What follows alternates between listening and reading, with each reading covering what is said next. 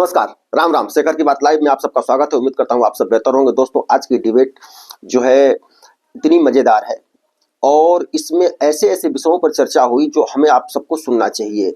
रूबिया लियाकत तो इस डिबेट में एक बार ऐसी भड़क गई कि समाजवादी प्रवक्ता जो अनुराग भदौरिया है और एक जो मौलाना अतीकुर रहमान बैठा हुआ था, इन दोनों के पसीने छूट गए। दरअसल ये सब कह रहे थे कि घटना हुई, दंगा हुआ तो उसकी जिम्मेवार सरकार है।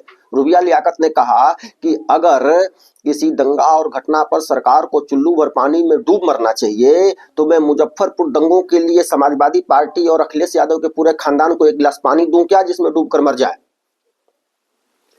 इसके बाद डॉक्टर रिजवान साहब भी बैठे हुए हैं। रिजवान साहब एक राष्ट्रवादी मुसलमान हैं। रिजवान साहब ने वर्शिप एक्ट, जिसकी ये बार बार चर्चा करते हैं, उसमें रूप और स्वरूप को लेकर के जो उस वर्शिप एक्ट के सेक्शन 4 में लिखा हुआ है उसको लेकर के व्याख्या की। रिजवान अहमद एक बड़े वकील भी हैं। उन्होंने कानूनी रूप से जब उसकी व्याख्या की तो सबके हाथ पांव फूल गए। किसी को अभी तक यह पता ही नहीं था कि इस कानून में क्या लिखा है। बस सिर्फ places of worship act, places of worship act ये रट लगाए रहते थे। इन्हें कुछ पता नहीं था कि प्लेसेज ऑफ वर्शिप एक्ट में बारीकियां क्या है, उसके अंदर क्या है। ज्ञानवर्धक डिबेट है, आप लोग इसे जरूर देखिए। चैनल को जरूर सब्सक्राइब कर लीजिए, यह निवेदन है। आइए हम लोग डिबेट देखते हैं। चालू करो बे। और मैं आपका वोटर थोड़ी हूँ कि आप बोलते चले जाएंगे और मैं सुनती चली जाऊंगी। एक्सक्यूज मी, मैंने आपको बोला नहीं। 90 सेकंड उन्होंने बोला, 1.5 मिनट से बोले चले जा रहे हैं और मुझे बोलने नहीं दे रही, मुझे बोलने नहीं दे रही। अरे ये विक्टिम कार्ड अंदर रखिए पीछे वाली जेब में। मुझे मत बताइए। मैं बहुत जस्ट हूँ, मैं बहुत जस्ट हूँ। बोलने नहीं दे रही, बोलने नहीं दे रही। क्या बोलने नहीं दे रही? बोले चले जा रहे हैं, बोले चले जा रहे हैं। आप चाहते हैं कि पूरा आधे घंटे का प्रोग्राम जो एक्सक्लूसिव कर लूं मैं समाजवादी पार्टी के राष्ट्रीय प्रवक्ता अनुराग भदौरिया के लिए। समाजवादी पार्टी राष्ट्र की बात करती है तो आपको दिक्कत होने लगती है। अरे राष्ट्र की बात करती है, मैं तो आपसे पूछने वाली थी कि अगर आपको ये लगता है कि सरकारों के नाक तले अगर इस तरीके की हिंसा हो जाती है तो सरकार को चुल्लू भर पानी में डूब मरना चाहिए, तो मुजफ्फरनगर दंगों के लिए ये दूं मैं एक गिलास पानी आपको? करेंगे हथेली अपनी आगे? मुजफ्फरनगर याद आ गया, लेकिन बहराइच आपके मुंह से नहीं निकल रहा है। बोलिए बहराइच में क्या हुआ? बताइए बहराइच में क्या हुआ? गिलास दिखाइए। मैं गिलास नहीं, ये गिलास दीजिए। मैं कह रही हूं हिंसा के लिए सारी सरकारें जिम्मेदार है सर। सारी सरकारें जो है वो जिम्मेदार है हिंसा के लिए अगर होती है। जवाब देना होगा। सरकार जिसका सिस्टम, जिसकी पुलिस, जिसकी, उसे जवाब देना होगा, चाहे वो योगी आदित्यनाथ हो कि अखिलेश यादव हो। लेकिन अब मैं मुद्दे पर लौट के आ रही हूँ और मैं इसको राजनीतिकरण करने के लिए नहीं। बस एक सेकंड रुक जाइए Anurag ji, I have given you enough time. मैं आपके उस चक्कर में नहीं पड़ूंगी। बहुत टाइम हो गया, बहुत टाइम हो गया सर, बहुत टाइम हो गया। मैं वापस अपने आप को शांत करते हुए एक बहुत अहम सवाल पूछना चाहती हूँ। यहाँ पर सारे महानुभाव बैठे हुए हैं। मैं एक महत्वपूर्ण सवाल पूछना चाहती हूं कि ये रुकेगा कहां? अतीकुर रहमान साहब, ये रुकेगा कहां? और ये रुकेगा कहां पूछने से पहले थोड़ा सा मैं आपको प्लेटफॉर्म जो है वो तैयार कर दिए देती हूं। भाई ये जमीन जो है तनातनियों की थी, ये बात तो अतीकुर रहमान साहब आप मानेंगे। जगह के चांद पूजे, के पेड़ पूजे, के जमीन पूजे, ये जमीन सनातनियों की थी। उसके बाद आक्रांता आए, उनको अपनी हुकूमत, अपनी ताकत दिखानी थी, तो जो सेंटर होता है ताकत और अकीदत का, सबसे पहले उस पर कब्जा किया जाता है।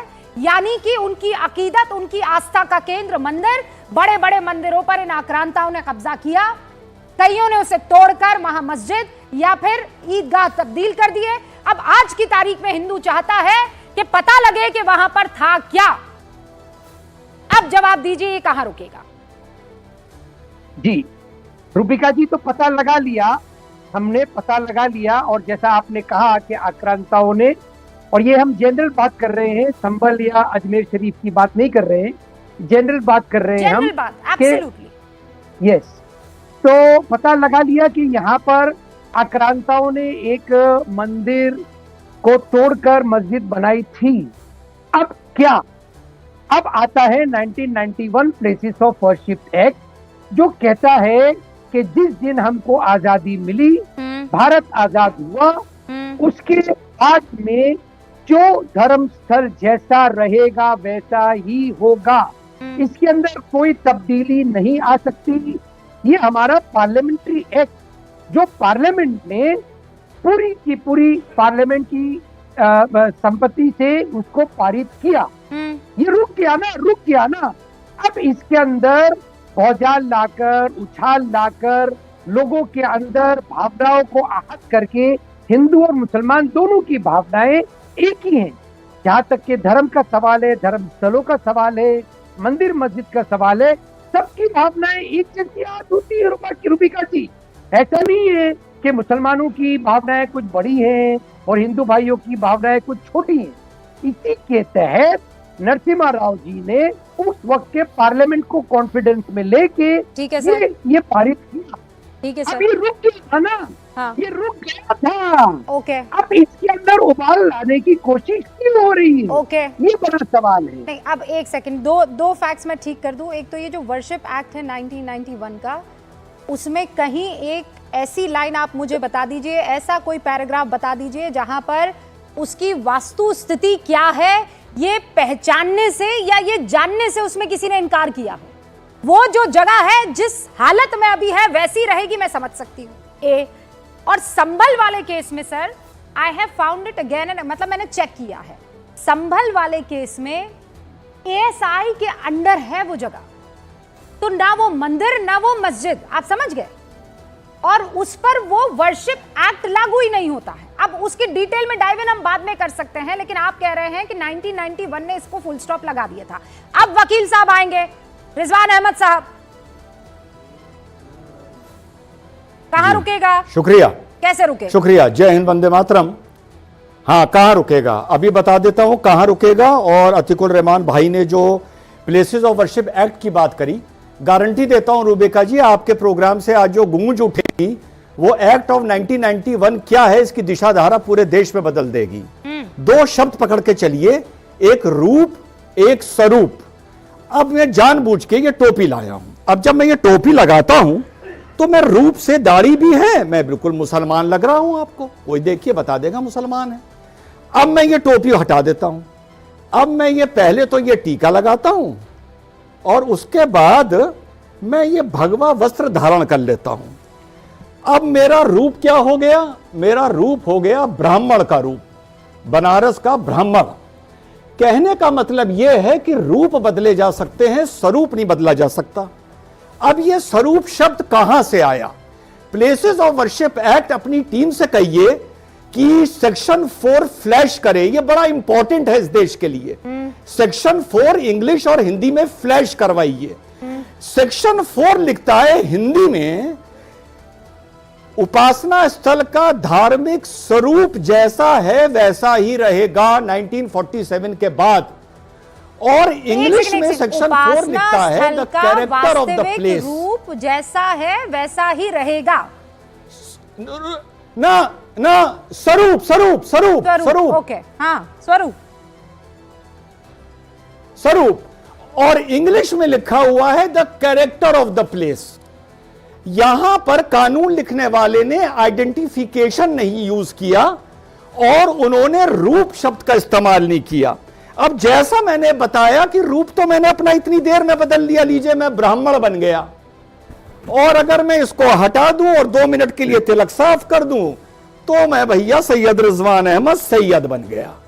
रूप बदलना तो इतनी देर की बात है। अब स्वरूप क्या चीज होती है? रूप वो होता है जो शक्ल से आप पहचान सकते हैं, स्वरूप होता है अंदर क्या है।